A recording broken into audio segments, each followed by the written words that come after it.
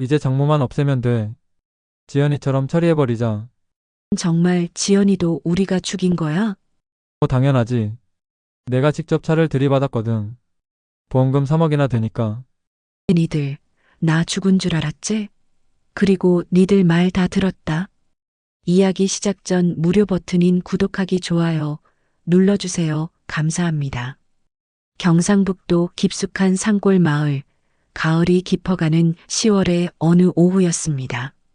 해가 서산으로 기울어가는 시간, 68세 김순애는 뒷밭에서 고구마를 캐고 있었습니다. 거친 손으로 흙을 털어내며 바구니에 담는 순애의 얼굴에는 깊은 주름이 패여 있었죠. 그 주름 하나하나마다 세월의 무게가 담겨 있었습니다. 지연아, 올해 고구마가 참 잘 됐네.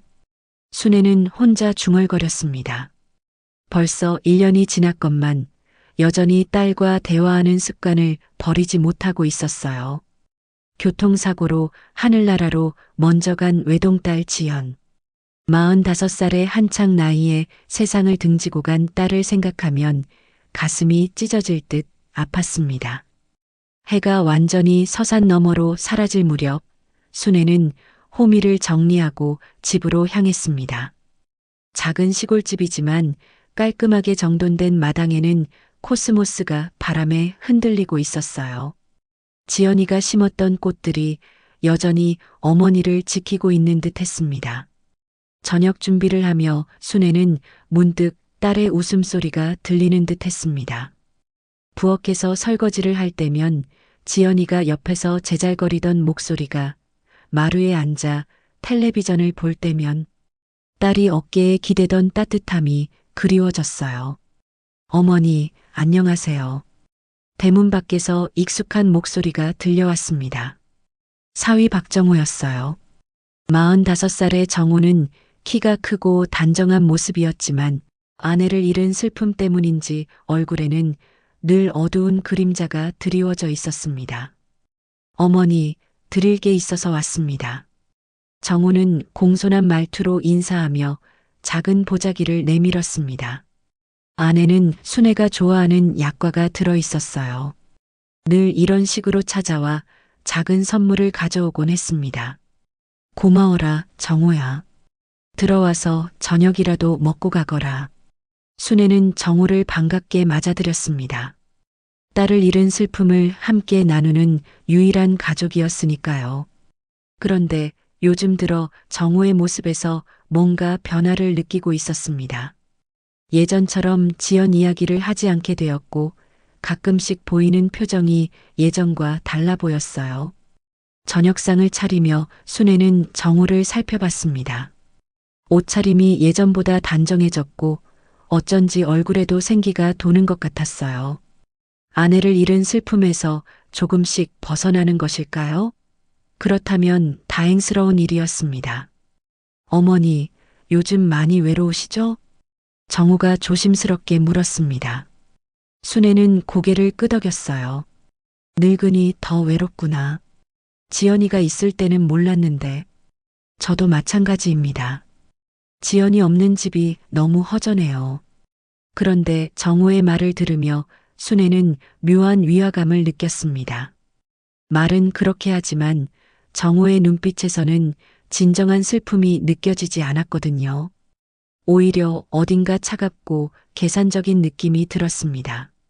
식사를 마친 뒤 정우는 일어서며 말했습니다. 어머니, 앞으로도 자주 찾아뵐게요. 혼자 계시니 걱정됩니다. 고맙구나, 정우야. 순애는 정우를 배웅하며 대문까지 나왔습니다. 어둠 속으로 사라지는 정우의 뒷모습을 바라보며 순애는 가슴 한편이 답답해지는 것을 느꼈어요.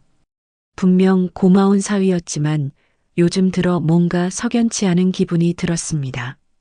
그날 밤 순애는 지연의 사진을 바라보며 혼자 중얼거렸습니다. 지연아, 정우가 달라진 것 같은데 엄마가 너무 예민한 걸까? 사진 속 지연은 여전히 환한 미소를 짓고 있었습니다. 순애는 딸의 미소를 바라보며 깊은 한숨을 내쉬었어요. 혼자 남은 노년의 외로움과 불안함이 마음을 무겁게 짓누르고 있었습니다. 순애가 잠들지 못하고 뒤척이던 그날 밤이 지나고 새벽 첫 달구름 소리가 들려왔습니다. 평소보다 일찍 잠에서 깬 순애는 마당으로 나가 물을 길어 올렸어요.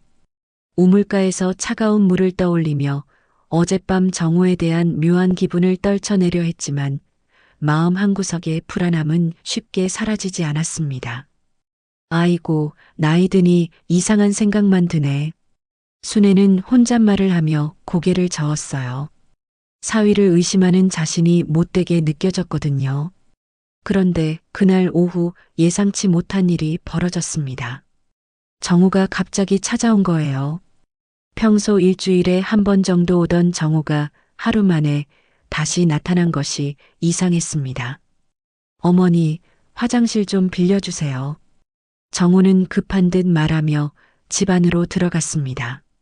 순애는 부엌에서 차를 우리고 있었는데 정우가 화장실에서 나오며 휴대폰을 만지작거리는 모습이 보였어요. 그런데 그만 휴대폰이 정우 손에서 미끄러져 마루 바닥에 떨어지고 말았습니다. 아, 이런. 정우가 당황하며 휴대폰을 주워들었지만 순애는 그 순간 화면에 떠오른 메시지를 보고 말았습니다. 발신자는 미진이라는 이름이었고 메시지 내용이 순애의 가슴을 철렁하게 만들었어요. 오늘 밤 장모까지 정리하면 돼. 하늘이 무너지는 듯한 충격이었습니다. 순애의 온몸에 소름이 돋았어요. 손끝이 차갑게 식어갔고 심장이 미친 듯이 뛰기 시작했습니다. 장모까지 정리한다니 이게 무슨 끔찍한 말일까요? 순애는 숨이 막힐 듯한 공포감에 휩싸였습니다. 무릎이 후들거렸고 목구멍이 바짝 말라갔어요. 정우는 서둘러 휴대폰 화면을 끄며 어색하게 웃었습니다. 하지만 그 미소가 순애에게는 얼마나 섬뜩하게 느껴졌는지 모릅니다. 마치 가면을 쓴 듯한 차가운 미소였어요. 어머니, 차 고맙습니다. 그런데 급한 일이 생겨서 먼저 가봐야겠어요. 정우의 목소리에는 평소와 다른 긴장감이 묻어 있었어요. 순애는 온몸이 떨리는 것을 애써 감추며 아무렇지 않은 척했습니다. 목소리가 나오지 않을까봐 두려워하며 겨우 고개만 끄덕였어요. 그래, 바쁘면 어쩔 수 없지. 조심히 가거라. 정우가 서둘러 나간 뒤 순애는 한동안 그 자리에 서 있었습니다. 다리에 힘이 빠져 주저앉을 것 같았어요.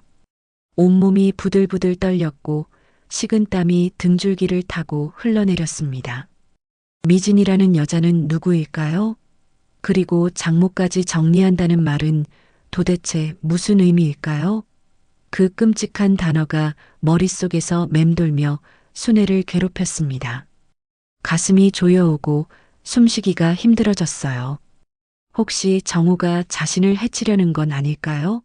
아니면 정말로 무서운 계획을 세우고 있는 걸까요? 상상만 해도 온몸이 얼어붙는 듯 했습니다. 그날 저녁 순애는 잠을 이룰 수 없었어요. 계속해서 그 메시지가 머릿속을 맴돌았거든요. 가슴이 답답해서 숨이 막힐 것 같았고 온몸이 부들부들 떨렸습니다. 혹시 정우에게 다른 여자가 생긴 걸까요? 지연이 죽은 지 겨우 1년밖에 안 됐는데 순애의 가슴은 배신감과 분노로 타오르기 시작했어요. 딸을 배신하는 것 같은 기분에 속이 쓰라리고 아팠습니다. 다음 날 아침 정우가 또다시 찾아왔습니다. 이번에는 평소보다 더 정중한 모습이었어요. 순애는 정우를 보는 순간 온몸에 소름이 돋았습니다. 어제의 그 무서운 메시지가 떠올랐거든요. 어머니, 안녕하세요. 오늘 날씨가 참 좋네요. 정우의 얼굴에는 어제와 달리 여유로운 미소가 번져 있었습니다. 하지만 순애에게는 그 미소가 악마의 웃음처럼 느껴졌어요. 마치 어떤 사악한 계획을 세우고 온 것 같은 느낌이 들었습니다. 정우야, 무슨 좋은 일이라도 있니? 얼굴이 밝아 보이는구나.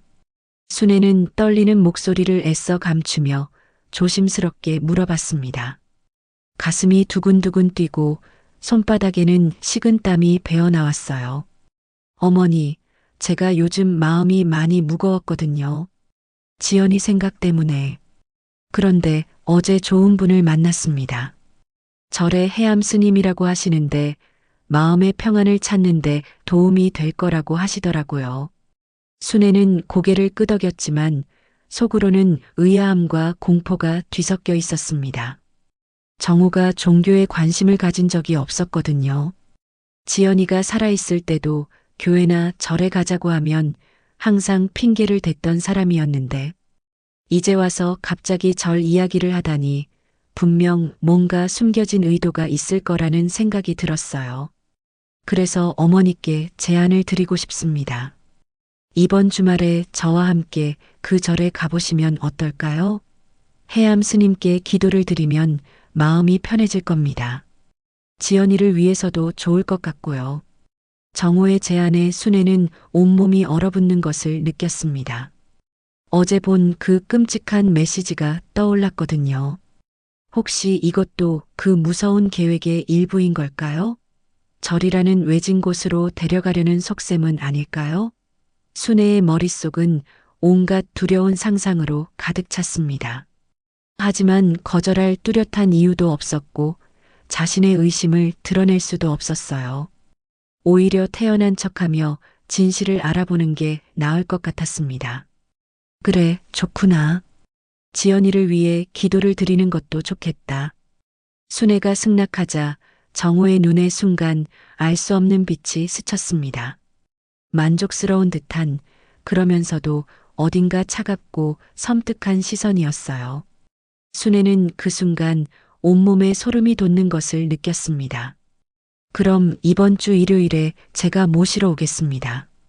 스님께서 오전 일찍 오시라고 하셨거든요. 정우가 떠난 뒤 순애는 마당에 주저앉았습니다. 다리에 힘이 풀렸고 온몸이 부들부들 떨렸어요. 공포와 불안이 밀려와 숨을 쉬기도 힘들었습니다. 뭔가 끔찍한 일이 일어날 것 같은 예감에 가슴이 조여왔어요.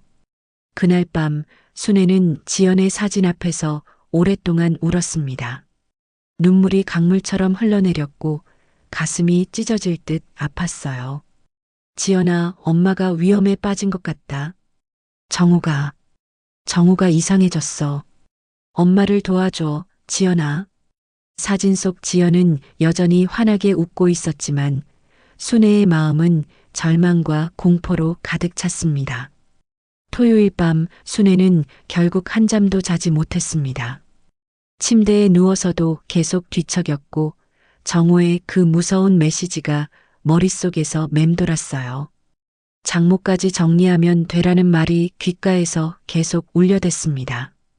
가슴이 답답해서 숨을 쉬기도 힘들었고 온몸이 식은땀으로 젖어들었어요. 새벽 4시쯤 순애는 부엌으로 나가 물을 마셨습니다. 손이 너무 떨려서 컵을 제대로 잡기도 힘들었어요. 창밖을 내다보니 아직 깜깜한 밤이었지만 어딘가에서 누군가 자신을 지켜보고 있는 것 같은 섬뜩한 기분이 들었습니다. 혹시 정우가 벌써 와서 나를 감시하고 있는 건 아닐까? 상상만 해도 온몸에 소름이 돋았어요. 순애는 문단속을 다시 한번 확인하고 창문마다 커튼을 꼼꼼히 쳐놨습니다. 그래도 불안한 마음은 가라앉지 않았어요. 일요일 아침 순애는 새벽부터 잠을 설쳤습니다. 정우와 절에 가기로 한 약속이 마음을 무겁게 짓눌렀거든요. 어젯밤 내내 그 끔찍한 메시지가 머릿속을 맴돌았고 온갖 무서운 상상들이 순애를 괴롭혔어요. 지연아, 엄마가 어떻게 해야 할까? 순애는 딸의 사진을 바라보며 중얼거렸습니다. 가슴이 두근두근 뛰고 손끝이 차갑게 식어갔어요.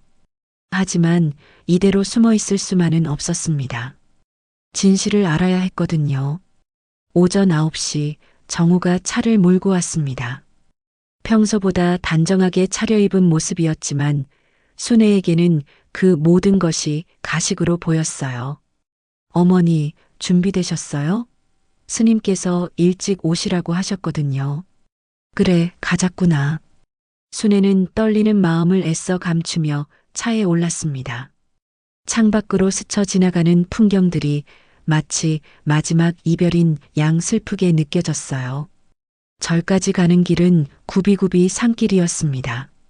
차가 깊은 산속으로 들어갈수록 순애의 불안감은 더욱 커져갔어요. 정우는 운전대를 잡고 있으면서도 가끔 백미러로 순애를 힐끗힐끗 쳐다봤습니다. 그 시선이 얼마나 차갑고 섬뜩했는지 모릅니다. 어머니, 혹시 요즘 몸이 안 좋으시진 않으세요? 얼굴이 많이 상해 보이는데.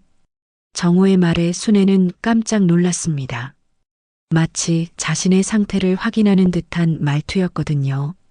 아니다, 괜찮다. 그냥 잠을 못 잤을 뿐이야.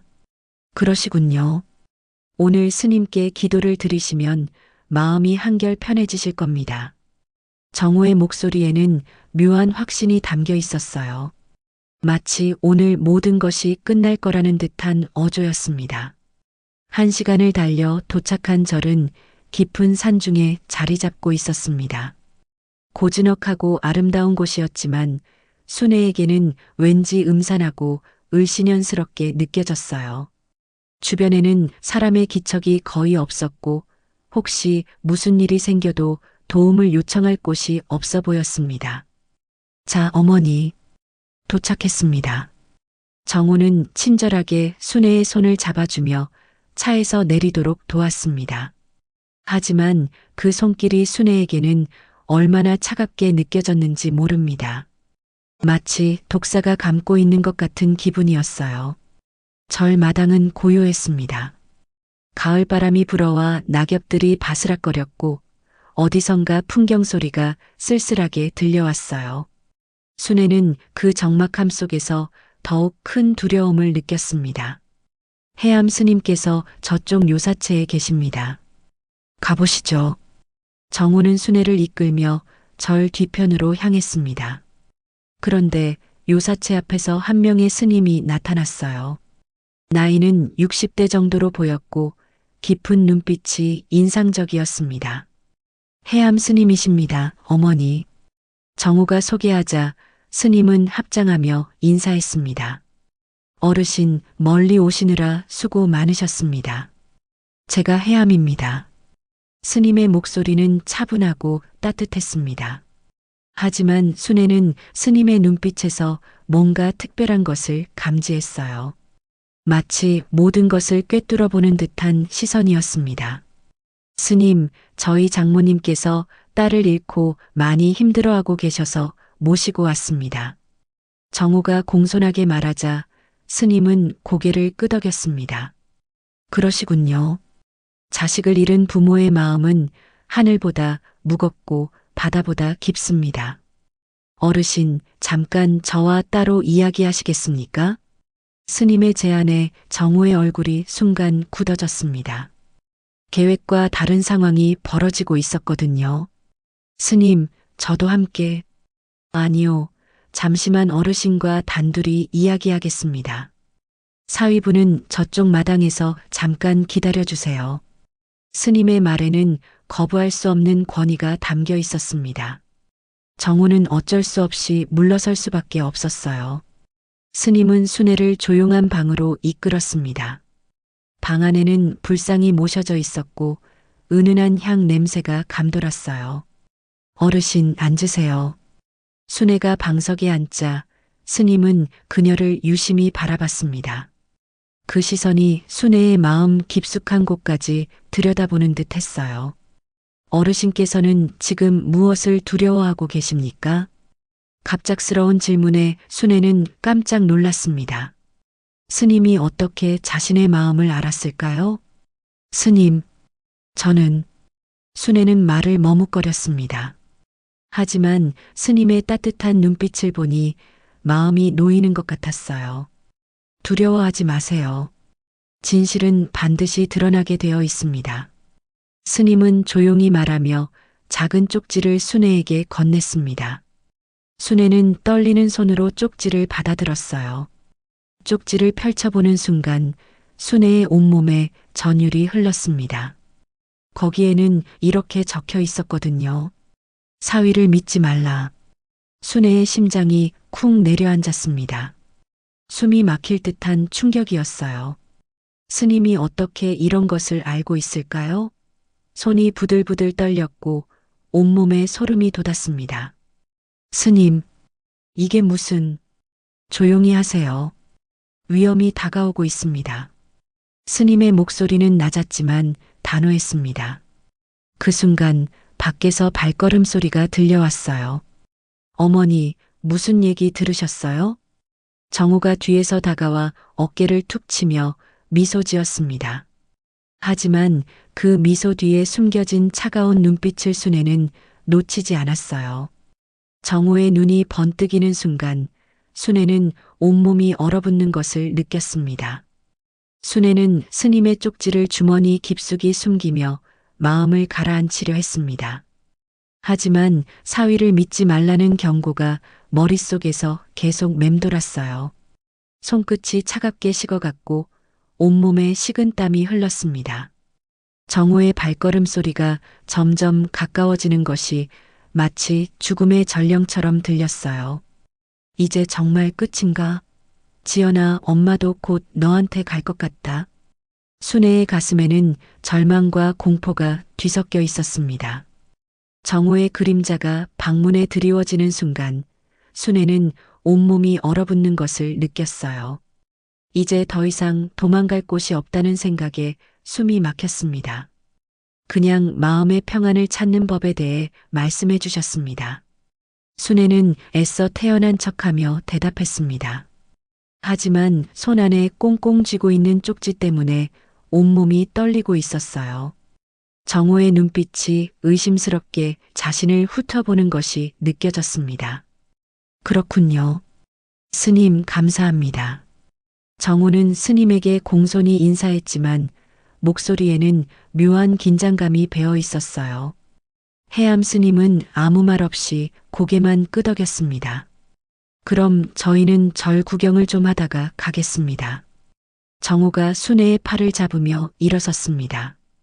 그 손길이 평소보다 강했고 마치 도망가지 못하게 붙잡는 것 같았어요. 어머니, 절 뒤편 마당이 아름답다고 하니까 구경하러 가시죠. 순애는 어쩔 수 없이 정호를 따라 나섰습니다. 스님과 헤어지며 뒤돌아보니 해암 스님이 걱정스러운 눈빛으로 자신을 바라보고 있었어요. 절 뒤편으로 향하는 길은 인적이 드물었습니다. 높은 나무들이 하늘을 가려 어둑어둑했고 발걸음 소리만 덩그러니 울려 퍼졌어요. 순애는 점점 더 불안해졌습니다. 정호야, 여기는 너무 으스스하구나. 다른 곳으로 가자. 괜찮습니다, 어머니. 조금만 더 가면 예쁜 연못이 나온다고 하더라고요. 정호는 순애의 말을 무시하고 계속 깊숙한 곳으로 이끌었습니다. 그런데 나무 그늘 뒤에서 누군가의 목소리가 들려왔어요. 정호야, 여기야. 젊은 여자의 목소리였습니다. 순애의 가슴이 쿵 내려앉았어요. 혹시 그 미진이라는 여자일까요? 나무 뒤에서 나타난 건 28살 정도로 보이는 젊은 여자였습니다. 짙은 화장을 하고 있었고 정호를 보며 애교스럽게 웃고 있었어요. 어머니, 소개해 드릴게요. 제 직장 동료 미진 씨입니다. 순애는 온몸에 소름이 돋았습니다. 바로 그 메시지를 보낸 미진이었거든요. 여자는 순애를 보며 가식적인 미소를 지었습니다.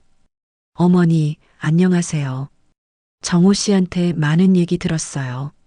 미진의 목소리는 달콤했지만 순애에게는 독이 든 꿀처럼 느껴졌어요. 특히 정호를 바라보는 그 눈빛이 얼마나 끈적하고 불쾌했는지 모릅니다. 반가워라. 순애는 겨우 인사말을 꺼냈습니다. 하지만 마음속으로는 온갖 무서운 생각들이 꿈틀거리고 있었어요. 정우와 미진은 자연스럽게 가까이 서서 이야기하기 시작했습니다. 순애는 조금 떨어진 곳에서 그들을 지켜봤는데 그들의 행동이 점점 이상해지기 시작했어요. 이제 장모만 없애면 돼. 지연이처럼 처리해버리자. 미진이 정호의 귀에 대고 속삭이는 말이 순애의 귀에 들려왔습니다. 순애는 온몸이 얼어붙는 것을 느꼈어요. 숨이 막혀서 제대로 쉴 수가 없었습니다. 지연이처럼 처리한다고요? 그럼 딸의 교통사고가 정말 사고가 아니었던 걸까요? 순애의 머릿속이 하얗게 변했습니다. 다리에 힘이 빠져서 나무에 기대지 않으면 쓰러질 것 같았어요. 그래, 오늘 밤이면 모든 게 끝나. 정우가 차가운 목소리로 대답했습니다. 그 목소리에는 인간의 따뜻함이라고는 찾아볼 수 없었어요. 마치 악마가 말하는 것 같았습니다. 순애는 조용히 나무 뒤로 숨었습니다. 심장이 미친 듯이 뛰고 온몸이 부들부들 떨렸어요. 이들이 지연을 죽였다는 것을 확신하게 되었습니다. 돈은 어떻게 할 거야? 미진이 물었습니다. 어머니 명의로 된 땅과 집을 팔면 꽤 될 거야. 지연이 보험금도 있고 우리 둘이서 새 출발하기엔 충분해. 정호의 말에 순애는 온몸에 분노가 치밀어 올랐습니다. 딸을 죽이고 자신까지 없애려는 이 악마들이 어떻게 이렇게 태어날 수 있을까요? 눈물이 주르륵 흘러내렸지만 소리를 내지 않으려고 입을 꽉 다물었어요. 그런데 어머니가 의심하고 있는 것 같지 않아? 미진이 걱정스럽게 물었습니다. 괜찮아. 오늘 밤이면 모든 게 끝나니까. 스님한테 받은 약초차만 먹이면 돼. 순애는 깜짝 놀랐습니다. 스님이 이들과 한패라는 말일까요? 아니면 스님을 속여서 독이 든 차를 준비한 걸까요? 자, 이제 돌아가자. 어머니를 너무 오래 기다리게 하면 의심할 거야. 정우와 미진이 손을 잡고 순애 쪽으로 걸어왔습니다. 순애는 황급히 나무 뒤에서 나와 아무렇지 않은 척했어요. 어머니, 여기 계셨네요. 미진 씨가 인사드리고 먼저 가야 한다고 하네요. 네, 어머니. 뵙게 되어서 반가웠어요. 다음에 또 뵈어요. 미진은 순애에게 인사하며 떠났습니다. 하지만 그 미소 뒤에 숨겨진 악의를 순애는 똑똑히 봤어요. 어머니, 이제 집으로 돌아가시죠. 스님께서 특별히 좋은 약초차를 주셨거든요.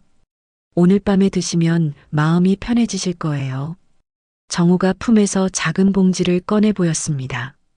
순애는 그 봉지를 보는 순간 온몸이 떨렸어요. 저게 바로 자신을 죽일 독이구나. 고맙구나, 정호야. 순애는 애써 웃으며 대답했습니다. 하지만 속으로는 어떻게 해야 할지 막막했어요. 집에 돌아가면 정말로 그 차를 마셔야 하는 걸까요? 차를 타고 집으로 돌아가는 길, 순애는 창밖을 바라보며 생각했습니다. 이제 모든 게 명확해졌어요. 정우와 미진이 지연을 죽였고 이제 자신까지 없애려 한다는 것을. 하지만 어떻게 이 위기를 벗어날 수 있을까요? 순애는 주머니 속 스님의 쪽지를 만져봤습니다. 그 작은 종이가 유일한 희망처럼 느껴졌어요. 차 안에서 순애는 온몸이 얼어붙는 것을 느꼈습니다. 정호의 옆 얼굴을 힐끗 보니 그의 입꼬리에 섬뜩한 미소가 번져 있었어요. 마치 사냥감을 덫에 몰아넣은 사냥꾼의 표정이었습니다. 순애는 가슴이 터질 것 같은 공포감에 휩싸였어요. 오늘 밤이면 정말 끝이구나. 지연아, 엄마가 곧 너한테 갈 것 같다. 순애의 머릿속에는 온갖 절망적인 생각들이 소용돌이쳤습니다. 창밖으로 지나가는 풍경들이 마치 마지막 작별 인사처럼 느껴졌어요. 한번 집에 들어가면 다시는 나올 수 없을 것만 같았습니다. 정우는 운전하면서도 백미러로 순애를 계속 훔쳐봤어요. 그 시선이 얼마나 차갑고 계산적이었는지 모릅니다. 마치 시체를 바라보는 듯한 눈빛이었어요. 집에 도착한 순애는 다리가 후들거려서 제대로 걸을 수가 없었습니다. 정우가 친절하게 부축해주며 집 안으로 들어갔지만 그 손길이 순애에게는 차가운 사신의 손처럼 느껴졌어요. 어머니, 오늘 하루 고생 많으셨어요. 이제 푹 쉬세요. 정호는 평소처럼 상냥한 목소리로 말했지만 순애는 그 속에 숨겨진 악의를 느낄 수 있었습니다. 가슴이 두근두근 뛰고 온몸이 부들부들 떨렸어요. 그래, 고맙다. 정호야. 순애는 애써 웃으며 대답했습니다. 하지만 속으로는 온갖 무서운 생각들이 꿈틀거리고 있었어요. 어머니, 스님께서 주신 약초차를 우려드릴게요. 몸에 좋다고 하시더라고요. 정호가 부엌으로 향하며 말했습니다. 순애는 그 모습을 보며 온몸에 소름이 돋았어요. 저 차를 마시면 정말 죽는 걸까요? 부엌에서 물 끓는 소리가 들려왔습니다. 순애는 거실에 앉아 있으면서도 마음이 편치 않았어요. 어떻게 해야 할까요? 차를 마시는 척하고 몰래 버릴 수 있을까요? 어머니, 차 나왔습니다. 정우가 따뜻한 차를 들고 나왔습니다. 찻잔에서는 은은한 향이 났지만 순애에게는 죽음의 냄새로 느껴졌어요. 고맙구나. 향이 참 좋네. 순애는 떨리는 손으로 찻잔을 받아들였습니다. 정우는 순애 맞은편에 앉아서 유심히 지켜봤어요. 마치 순애가 차를 마시는지 확인하려는 듯 했습니다. 어머니, 드세요. 몸이 따뜻해지실 거예요. 정우의 목소리에는 묘한 간절함이 담겨 있었어요. 순애는 찻잔을 입 가까이 가져갔습니다. 그 순간 스님의 쪽지가 떠올랐어요. 사위를 믿지 말라. 순애는 차를 마시는 척하며 몰래 바닥에 흘렸습니다. 다행히 정우는 순애의 움직임을 자세히 보지 못했어요. 아, 맛이 참 좋구나. 순애는 연기하듯 말했습니다. 정우의 얼굴에 만족스러운 미소가 번졌어요. 그럼 천천히 드시고 푹 주무세요. 저는 집에 가봐야겠습니다. 정우가 일어서며 말했습니다. 하지만 그가 완전히 떠나지 않고 밖에서 기다리고 있을 것 같은 불안한 예감이 들었어요.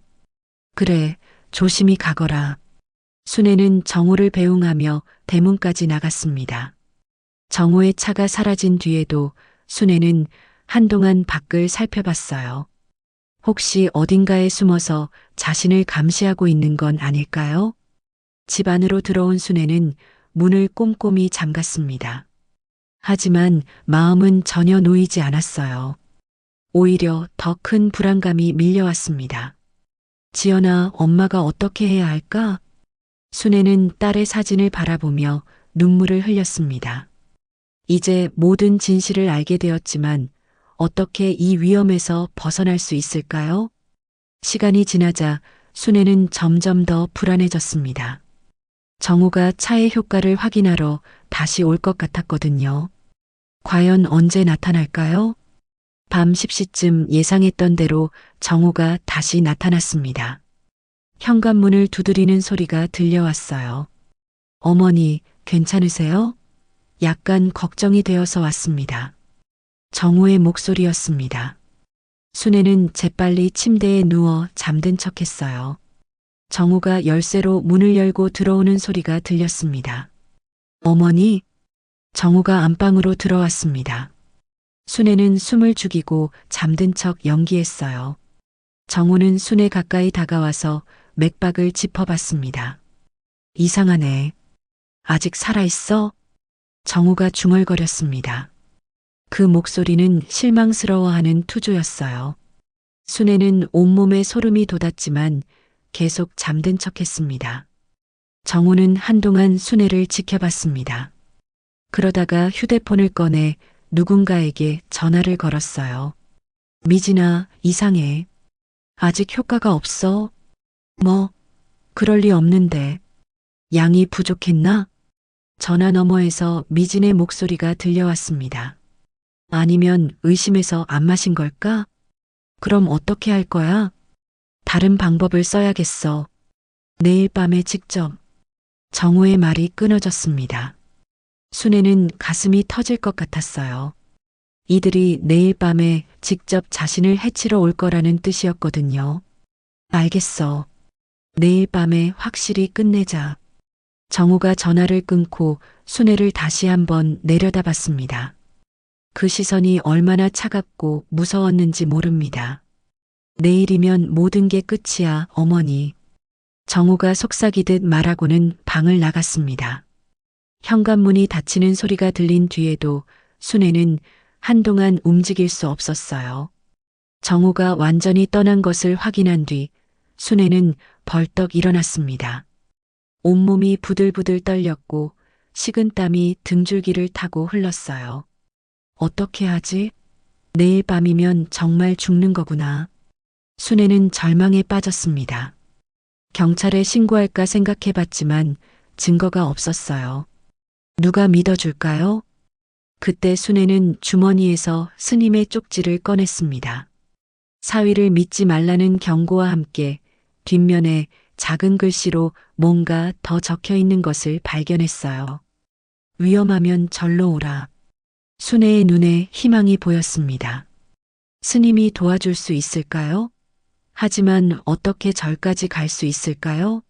정우가 감시하고 있을 텐데. 순애는 밤새 고민했습니다. 내일 아침 일찍 택시를 타고 절로 가야겠다고 결심했어요. 이제 스님만이 유일한 희망이었습니다. 새벽이 밝아오자 순애는 조용히 집을 나섰습니다. 마을 어귀까지 걸어가서 택시를 잡았어요.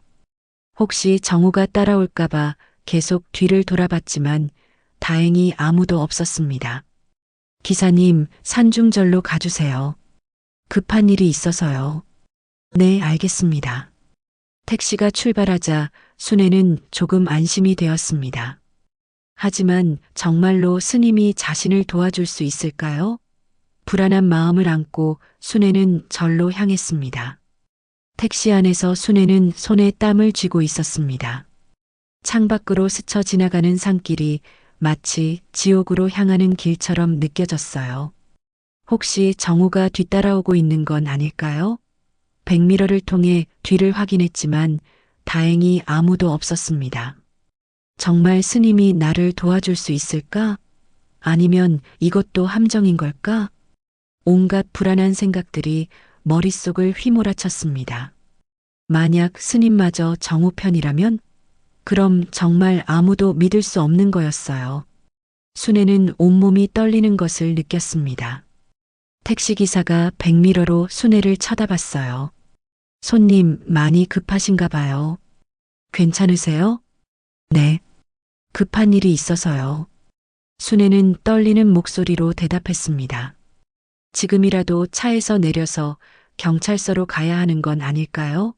하지만 무슨 말을 해야 할까요? 증거도 없는데 누가 믿어줄까요? 절에 도착한 순애는 서둘러 택시에서 내렸습니다. 아침 햇살이 산중을 비추고 있었지만 순애의 마음은 여전히 어둠 속에 있었어요. 해암 스님이 정말 도와줄 수 있을까요? 스님, 스님. 순애는 요사체를 향해 급하게 걸었습니다. 다행히 해암 스님이 마당에서 청소를 하고 있었어요. 어르신, 이렇게 일찍 오시다니. 무슨 일이십니까? 스님은 순애의 창백한 얼굴을 보며 걱정스러운 표정을 지었습니다. 스님, 살려주세요. 정우가 저를 죽이려고 해요. 순애는 숨을 헐떡이며 말했습니다. 스님은 순애를 조용한 방으로 이끌었어요. 천천히 말씀해 보세요. 무슨 일이 일어났습니까?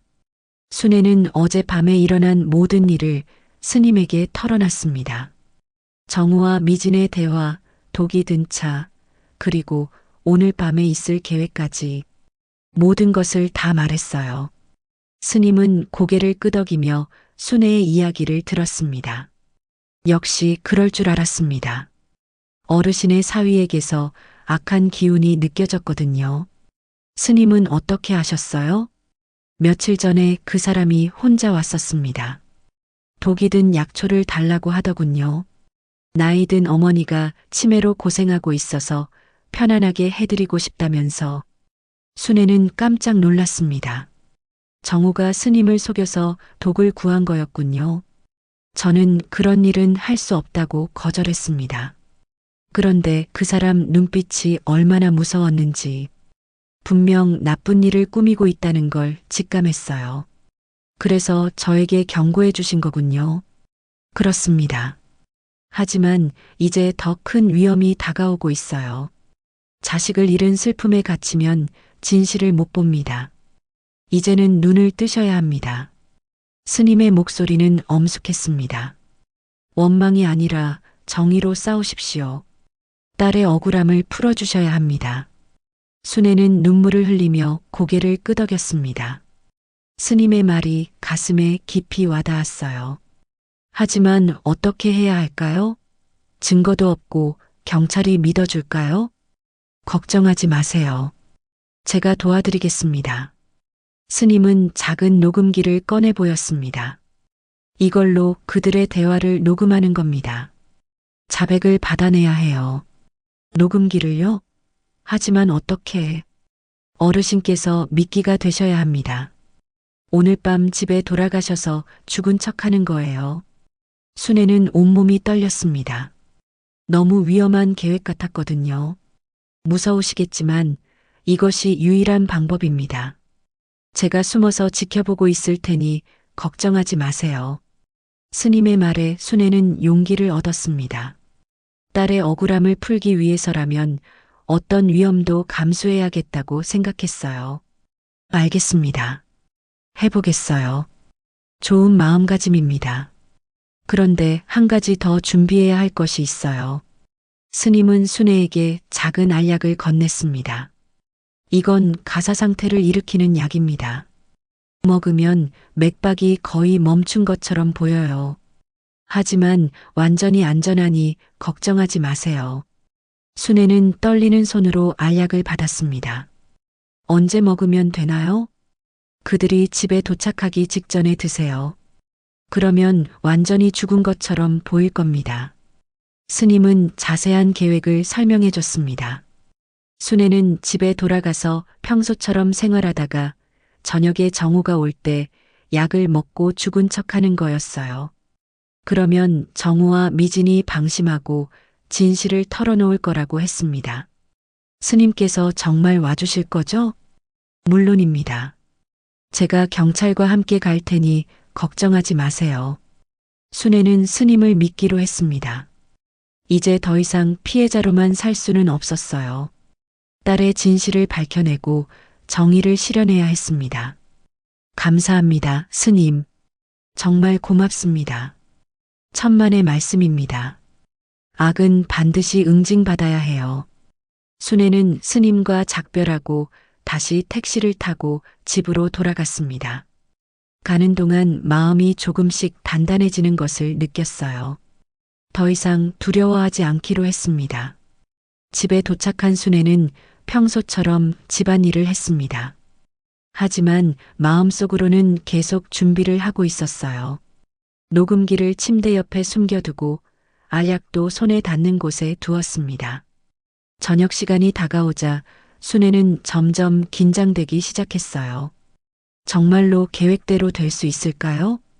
혹시 들킬까봐 걱정도 되었습니다. 오후 8시쯤 예상했던 대로 정우가 나타났습니다. 이번에는 미진도 함께 왔어요. 어머니, 안녕하세요. 미진 씨가 문안 인사를 드리러 왔어요. 정우는 평소처럼 상냥하게 웃었지만 순애는 그 뒤에 숨겨진 악의를 알고 있었어요. 그래, 들어와라. 순애는 담담하게 그들을 맞아들였습니다. 이제 마지막 결전이 시작되는 거였어요. 스님의 알약을 손에 쥐고 순애는 마음을 다잡았습니다. 오늘 밤이면 모든 진실이 드러날 거였어요. 순애는 정우와 미진이 집 안으로 들어오는 모습을 보며 온몸이 얼어붙는 것을 느꼈습니다. 이제 정말 마지막 순간이 다가온 거였어요. 손 안에 쥐고 있는 알약이 차갑게 느껴졌고 심장이 미친 듯이 뛰었습니다. 정말로 이 계획이 성공할까? 혹시 스님이 오지 않으면 어떻게 하지? 온갖 무서운 생각들이 머릿속을 휘몰아쳤어요. 정우의 얼굴을 보니 어제보다 더 차가운 기운이 감돌았습니다. 마치 이미 순애를 시체로 보고 있는 것 같았어요. 미진의 눈빛도 섬뜩했습니다. 겉으로는 웃고 있지만 그 웃음 뒤에 숨겨진 악의가 너무나 명확하게 보였거든요. 순애는 온몸에 소름이 돋으며 이들이 얼마나 무서운 존재인지 새삼 깨달았습니다. 어머니, 몸은 좀 어떠세요? 어젯밤에 잘 주무셨어요? 정우가 걱정스러운 척하며 물었지만 순애는 그 가식적인 목소리를 똑똑히 알아들을 수 있었습니다. 미지는 옆에서 애교스럽게 웃고 있었지만 그 눈빛에는 차가운 계산이 서려 있었어요. 그냥저냥 잤다. 나이 들어서 잠이 없어지니까. 순애는 평소처럼 대답했습니다. 하지만 손 안에 쥐고 있는 알약 때문에 손바닥에 땀이 났어요. 그러시군요. 오늘은 일찍 주무시는 게 좋겠어요. 미진이 말했습니다. 그 목소리에는 묘한 의미가 담겨 있었어요. 어머니, 저희가 저녁 준비를 도와드릴게요. 정우가 일어서며 말했습니다. 순애는 그들이 부엌에 가는 동안 재빨리 녹음기를 켰어요. 이제 모든 대화가 녹음될 거였습니다. 부엌에서 정우와 미진의 속삭이는 소리가 들려왔습니다. 오늘 밤이면 정말 끝이야. 그래, 이번에는 확실히 해야 해. 순애는 가슴이 뛰는 것을 느꼈습니다. 스님의 계획대로 해야 할 때가 다가오고 있었어요.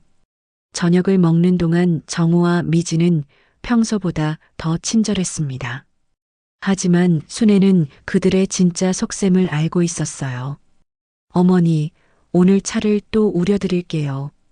어제 드신 차가 몸에 좋다고 하시더라고요. 정우가 말했습니다. 순애는 속으로 소름이 돋았어요. 이번에는 더 독한 것을 탔을 게 분명했습니다. 그래, 고맙구나. 저녁을 마친 뒤 정우가 차를 가져왔습니다. 향이 어제와는 달랐어요. 더 진하고 이상한 냄새가 났습니다. 어머니, 드세요. 정우와 미진이 순애를 유심히 지켜봤습니다. 순애는 이번에도 차를 마시는 척하며 바닥에 흘렸어요. 아, 맛이 좋네. 순애가 말하자 정우와 미진의 얼굴에 만족스러운 표정이 번졌습니다. 어머니, 이제 푹 쉬세요. 저희는 잠깐 밖에 나가 있다가 올게요. 정우가 말했습니다. 순애는 그들이 밖에서 시간을 보내다가 자신이 죽었는지 확인하러 올 거라는 걸 알았어요. 그래, 조심히 다녀와라. 정우와 미진이 나간 뒤 순애는 재빨리 알약을 먹었습니다. 스님이 말한 대로 몇 분 후면 죽은 것처럼 보일 거였어요. 점점 의식이 흐려지기 시작했습니다. 하지만 주변 소리는 들을 수 있었어요. 이제 정말 중요한 순간이 다가오고 있었습니다. 1시간 정도 지났을까요?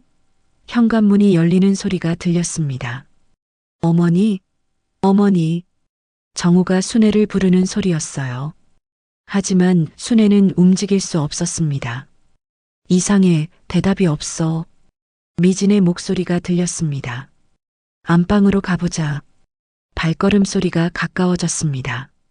정우와 미진이 침실로 들어왔어요. 어머니. 정우가 순애에게 다가와 맥박을 짚어봤습니다. 맥박이 거의 안 뛰어. 숨도 안 쉬는 것 같고. 정말 죽은 거야? 미진이 흥분해서 물었습니다. 그런 것 같아. 드디어 성공했네. 정우의 목소리에는 기쁨이 담겨 있었어요. 순애는 온몸에 소름이 돋았지만 계속 죽은 척했습니다. 그럼 이제 어떻게 할 거야? 일단 119에 신고해야지. 자연사한 것처럼 꾸며야 해. 혹시 의심받지 않을까? 괜찮아. 나이도 많고 딸을 잃은 충격으로 몸이 안 좋아졌다고 하면 돼. 정우와 미진은 순애가 완전히 죽었다고 생각하고 본심을 드러내기 시작했습니다. 그런데 정말 지연이도 우리가 죽인 거야? 미진이 조심스럽게 물었습니다. 당연하지. 내가 직접 차를 들이받았거든. 순애는 그 말을 듣는 순간 온몸이 분노로 떨렸습니다. 정말로 정우가 딸을 죽인 거였어요. 왜 그랬어? 지연이를 왜 죽였어? 보험금 때문이야. 3억이나 되거든. 그리고 어머니 재산까지 합치면 우리가 새 출발하기에 충분해. 하지만 지연이는 내 아내였잖아. 사랑 따위는 없었어. 처음부터 돈 때문에 결혼한 거야. 정호의 차가운 말에 순애는 가슴이 찢어지는 것 같았어요. 그럼 처음부터 계획이었던 거야? 그렇지. 지연이와 결혼한 것도 어머니한테 잘해준 것도 다 이날을 위해서였어. 너무 무서워. 정말 사람을 그렇게 쉽게 죽일 수 있는 거야? 별거 아니야. 돈이 더 중요하거든. 그 순간 밖에서 사이렌 소리가 들려왔습니다. 경찰과 스님이 온 거였어요. 뭐지? 경찰차 소리 같은데. 정우가 당황하며 말했습니다. 혹시 우리가 들킨 건 아닐까? 미진도 불안해하기 시작했어요. 바로 그때 순애가 벌떡 일어났습니다. 니들 나 죽은 줄 알았지? 정우와 미진의 얼굴이 하얗게 질렸습니다. 어머니, 살아계시잖아요. 그래, 살았다. 그리고 니들 말 다 들었다. 순애는 녹음기를 들어 올렸습니다. 지연이도 우리가 처리했잖아. 장모까지 죽이면 완벽해. 녹음기에서 정우의 목소리가 울려 퍼졌습니다. 이게 뭐예요? 정우가 당황하며 달려들려 했지만 그때 경찰들이 방으로 뛰어들어왔습니다. 경찰입니다. 손 들어요. 해암 스님도 경찰들과 함께 들어왔어요. 어르신, 괜찮으십니까? 네, 스님. 모든 게 녹음됐어요. 순애는 떨리는 손으로 녹음기를 경찰에게 건넸습니다. 이놈들이 제 딸을 죽이고 저까지 죽이려고 했어요. 정우가 미친 듯 달려들려 했지만 경찰들이 재빨리 그를 제압했습니다. 안 돼, 안 돼. 이럴 리 없어. 정우가 소리쳤지만 이미 늦었어요. 모든 증거가 확보된 상태였습니다. 순애는 정우와 미진이 수갑에 채워지는 모습을 보며 온몸이 떨렸습니다. 하지만 이번에는 공포가 아니라 분노와 해방감이 뒤섞인 감정이었어요. 1년 동안 가슴에 묻어두었던 딸에 대한 그리움과 억울함이 마침내 터져 나오려 하고 있었습니다. 지연아, 엄마가 해냈다. 내 원수를 갚았다. 가슴 깊은 곳에서 뜨거운 무언가가 치밀어 올랐어요. 눈물이 쏟아지려 했지만 순애는 꾹 참았습니다. 아직 이 악마들 앞에서 눈물을 보이고 싶지 않았거든요. 정우는 포승줄에 묶인 채로도 계속 순애를 노려봤습니다. 그 눈빛에는 여전히 악독함이 서려 있었어요. 하지만 이제 순애는 더 이상 두렵지 않았습니다. 오히려 이 악마가 딸을 어떻게 죽였는지, 얼마나 치밀하게 계획했는지 생각하니 분노가 치밀어 올랐어요. 안 돼. 이렇게 될 리가 없어. 정우가 포승줄에 묶인 채 발버둥 쳤지만 이미 모든 것이 끝난 상태였습니다. 미진도 얼굴이 새하얗게 질린 채 벌벌 떨고 있었어요. 당신들은 살인 및 살인미수 혐의로 체포됩니다. 경찰관이 엄숙하게 말했습니다. 순애는 그 모습을 보며 가슴이 시원해지는 것을 느꼈어요. 드디어 지연이의 억울함이 풀리는 순간이었습니다. 어르신, 정말 고생 많으셨습니다. 해암 스님이 순애에게 다가와 말했습니다. 순애는 눈물을 흘리며 스님에게 깊이 고개를 숙였어요. 스님 덕분에 살았습니다. 정말 고맙습니다. 천만의 말씀입니다. 진실이 밝혀져서 다행입니다. 경찰들이 정우와 미진을 끌고 나가는 동안 정우는 계속 악을 썼습니다. 어머니, 저를 어떻게 이럴 수 있어요? 저는 어머니를 위해서. 순애가 차갑게 말했습니다. 내 딸을 죽이고 나까지 죽이려 한 게 나를 위해서라고? 그게 아니라. 이제 그만해라. 네 얼굴도 보기 싫다. 순애의 단호한 말에 정우는 더 이상 할 말이 없었어요. 미지는 마지막까지 울며 애원했지만 아무도 그들을 동정하지 않았습니다. 며칠 후 법정에서 재판이 열렸습니다. 순애가 녹음한 증거와 경찰 수사를 통해 모든 진실이 드러났어요. 정우는 지연을 일부러 교통사고로 위장해 살해했고 보험금과 순애의 재산을 노린 치밀한 계획이었습니다. 피고인 박정호는 처음부터 금전적 목적으로 피해자와 결혼했으며 계획적으로 살인을 저질렀습니다. 검사의 논고가 법정에 울려 퍼졌습니다. 또한 장모인 김순애 씨까지 살해하려 한 것은 극히 악질적인 범죄입니다. 순애는 방청석에서 그 모든 과정을 지켜봤습니다. 지연이의 죽음이 단순한 사고가 아니라 치밀한 살인이었다는 사실이 공식적으로 인정되는 순간이었어요. 피고인 박정호에게 무기징역을, 공범 최미진에게 징역 15년을 선고합니다. 판사의 선고가 떨어지자 순애는 가슴 깊은 곳에서 울음이 터져 나왔습니다. 기쁨과 슬픔이 뒤섞인 복잡한 감정이었어요. 재판이 끝난 뒤 순애는 해암 스님과 함께 절로 향했습니다. 지연의 영혼에게 이 소식을 전하고 싶었거든요. 지연아, 엄마가 너의 억울함을 풀어줬다. 순애는 불단 앞에서 딸의 사진을 꺼내놓고 기도했습니다. 눈물이 쉴 새 없이 흘러내렸지만 이번에는 슬픔만의 눈물이 아니었어요. 이제 마음 편히 떠나거라. 엄마가 잘 살아갈 테니까. 해암 스님은 옆에서 조용히 연불을 올렸습니다. 악연은 여기서 끊겼습니다. 이제 마음을 놓으십시오. 스님의 말이 순애의 마음에 깊이 와닿았어요. 정말로 이제 모든 것이 끝났구나 하는 안도감이 들었습니다. 절에서 돌아온 순애는 집을 정리하기 시작했습니다. 정우와 관련된 모든 것들을 치웠어요. 지연의 물건들은 소중히 간직하기로 했습니다. 며칠 후 동네 이웃들이 순애를 찾아왔습니다. 순애야, 정말 고생 많았다. 그런 일을 당하고도 이렇게 씩씩하게 견뎌내다니. 우리가 몰랐구나. 정우가 그런 사람인 줄. 이웃들의 위로와 격려를 받으며 순애는 조금씩 일상을 되찾아갔습니다. 하지만 여전히 지연이 그리웠어요. 어느 날 아침 순애는 뒷밭에서 고구마를 캐고 있었습니다. 예전처럼 혼자 중얼거렸어요. 지연아, 올해 고구마가 정말 잘 됐네. 너도 좋아했을 텐데.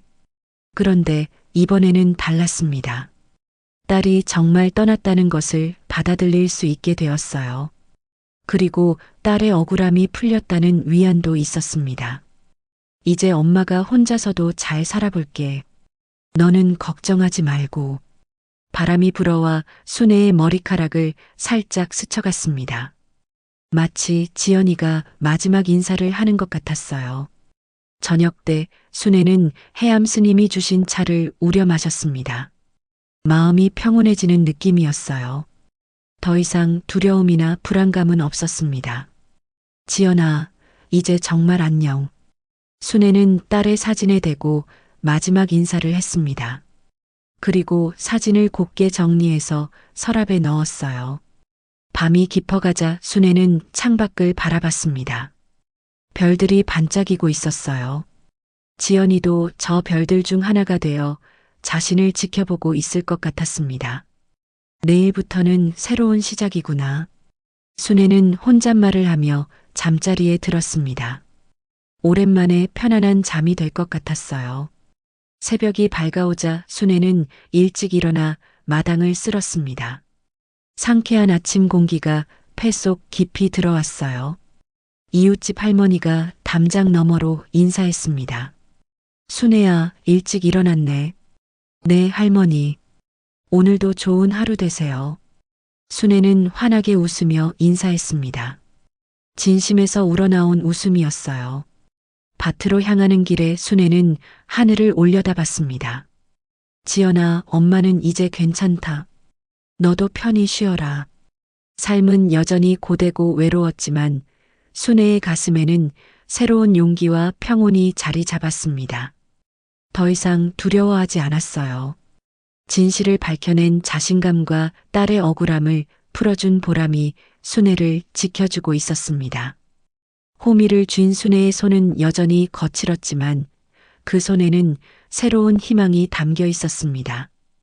김순애 할머니의 이야기 어떠셨나요? 딸을 잃은 슬픔 속에서도 진실을 포기하지 않았던 한 어머니의 용기. 그리고 악은 반드시 응징받는다는 정의의 메시지가 여러분의 마음에도 깊은 울림을 주었기를 바랍니다. 때로는 인생이 우리를 절망의 끝으로 몰아갈 때가 있습니다. 하지만 순애 할머니처럼 끝까지 포기하지 않는다면 반드시 희망의 빛을 찾을 수 있을 것입니다.